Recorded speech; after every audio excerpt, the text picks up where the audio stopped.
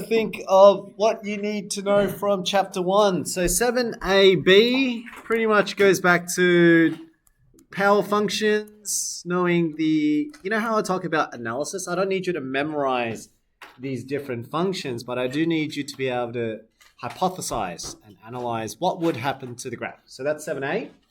7B is going to do with composite and inverses. So reminder of those who didn't do composite well, probably look at 1E again or look at 7B. So composite and inverses.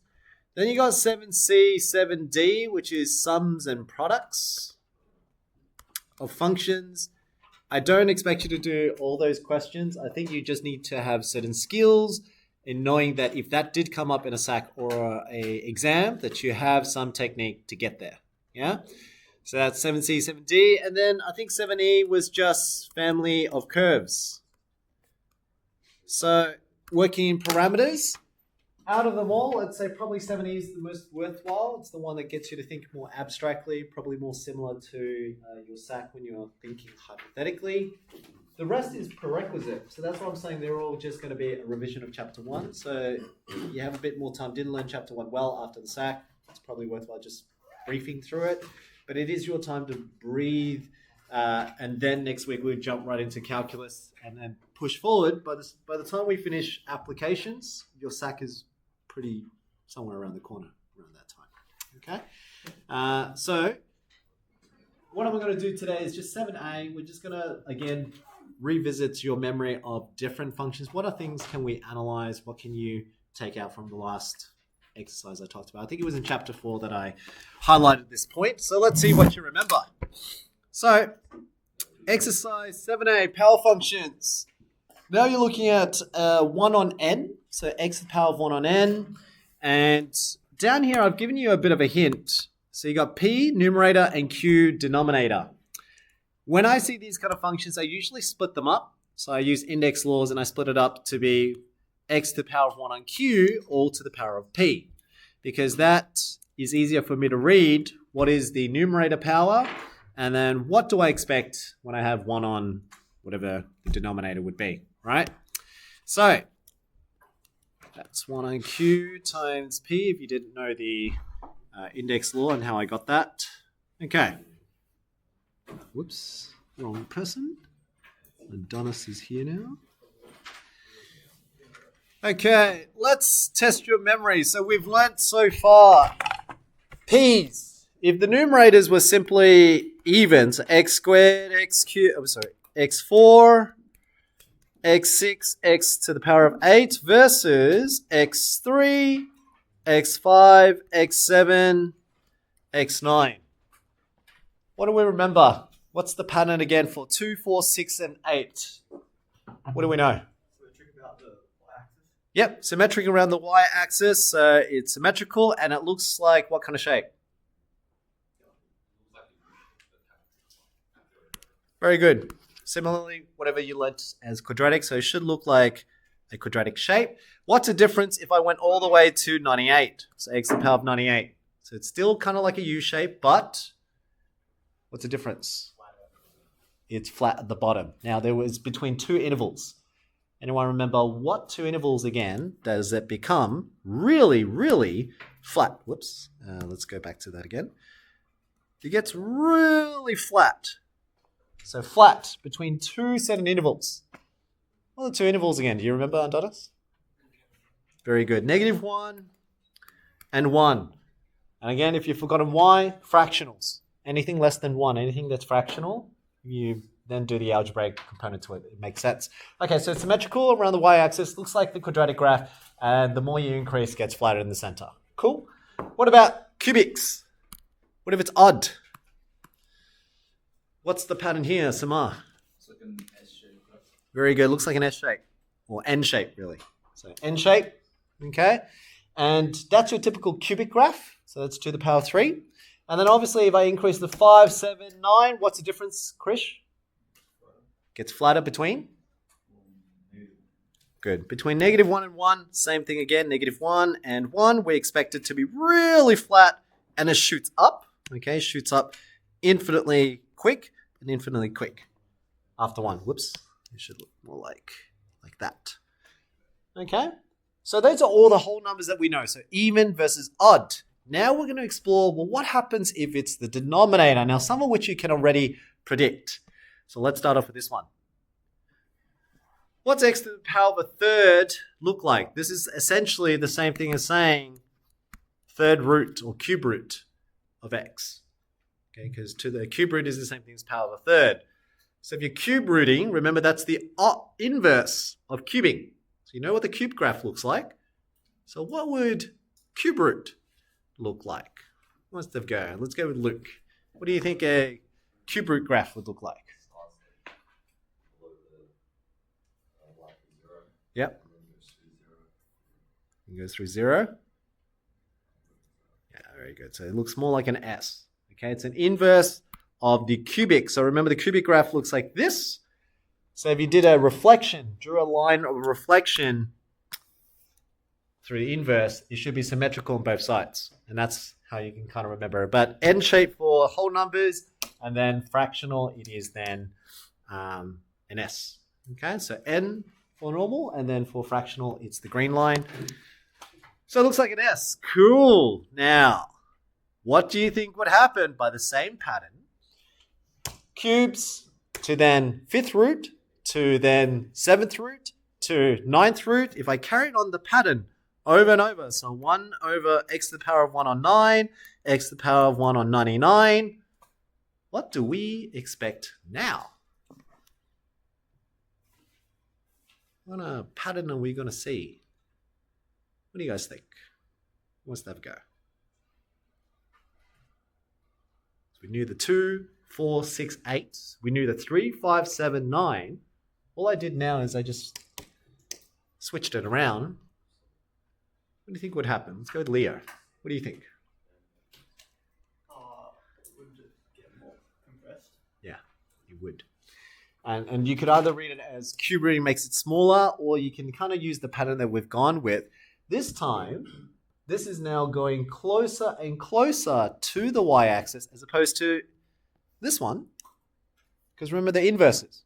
If they're inverses, this was on the x-axis, then the other one, if it's an inverse, it will be along the y-axis. Instead of from -1 to 1 from the x, it'll be -1 to 1 on the y-axis. I should expect that the graph gets between -1 and 1 flatter. So you can kind of expect it to look more like this. Something like that. Okay, so it's S and it gets really flat in the center component. Okay, it gets really tight in the center between -1 and 1. Okay? And obviously you increase it in 199, then you get this kind of box shape. But that way. Rather than the... whoops, not that way. This way. Okay, so that would be for the cubes. 5 and x to the power of like 101. This would be x to the power of 1 over 101. Okay, so that's the difference between the two. One shoots up, one shoots sideways. Using that, keeping that in mind now that you got a picture of 1/3, 1/5, what do you think happens when I put a 2 now? What do you think, Sarush? So we know that cube roots look like this. Looks like an S shape. What happens if I put a 2 to the power of 2 there? Yeah, beautiful. Logically, that's a square, and that's what I was trying to say in these part of the notes. Separate them. If you separate them into their thirds and then numerator powers, that's the same thing as saying x to the power of third, square every single value. You already know that's what x to the power of third looks like. Squaring every value, all the negative values becomes positive. And all these values just double itself. Or not double, but it times itself, squaring itself. So I expect it to look like this, and the bottom one should be symmetrical, like a bird, in a way. Okay, so there is a difference, though, that I wanted you guys to explore. There has to be a difference between 2 over 3 versus, say, 4 over 3. What do you think would happen? So let's draw out the pictures. So we had x to the power of third. You told me it looks like an S. Whoops. Like that. X to the power of 2/3. looks more like that. So I'm squaring every value. And the hint is the x to the power 3 on 3. Now I'm asking you, what would x to the power of 4 on 3 look like? Because it's an even power. Still the same thing as saying take x to the power of a third and then to the power of 4. To the power of 4 is similar to the power of 2. So it should kind of look like a bird, but what's the difference? No clue. It is squeezed in, but something a bit more detailed. So the hint is this one. Do you guys remember what I said about when you get that nice straight line? Because x to the power 3 on 3 is just x to the power of 1. What happens after you pass that 1? Because I'm now going into a numerator of 4. What does that imply? Anyone have a clue? Uber?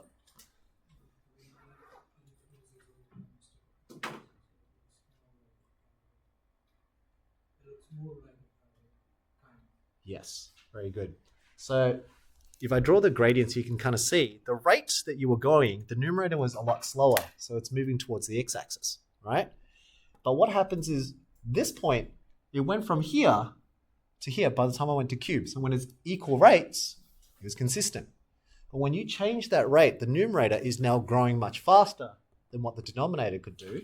You should be going this way. So what you should expect is that the graph should go this way now, and it's symmetrical. So it kind of looks like that.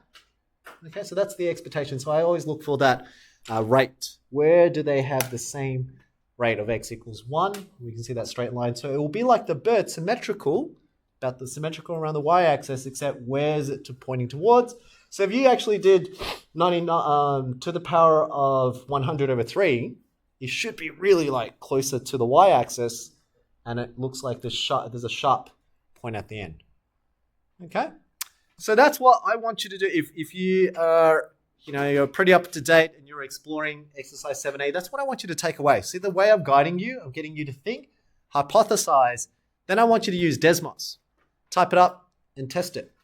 Make a theory, test it. Is it true? Because the skill here is not to memorize what I just taught you, but is to analyze what happens if I give you something. What if I put a negative there now? What would change? So that's what I want you to think. What if the denominator was not even? Odd. It was all even. What changes? So that sheet that I've given you there is just to guide you to think about what should it look like to analyze. Okay? I'm going to stop the video there, and then I'll give you that time essentially to either work on chapter 6 if you're not so strong with circular functions. Remember, learn how to solve and sketch. If you can sketch, you pretty much got most things down. So if I asked you to sketch with axis intercepts, with endpoints, and you can do that for sine, cos, and tan, you're pretty much done most of chapter 6. Okay, the only thing you're missing there is then general solutions and applications. Otherwise, that's your goal. If you can sketch sine, cos perfectly, whether it has horizontal, vertical translations and reflections, and you can do all of that in one graph, you've learnt the skill. Move on. Yeah, and chapter 7 is just revision. It's just getting back to depth in functions. And for special students, I'm assuming most of all that is done. You're probably deeper into calculus by this point. Just make sure your calculus skills are good. Before your SAC, you should be able to do things like find tangent lines, normal lines, and apply derivatives and find rates of change. Okay? All right, team, I'm going to stop there, and I'm happy to walk around to support students in whichever area you're up to. But today's essence was just to remind you about power functions.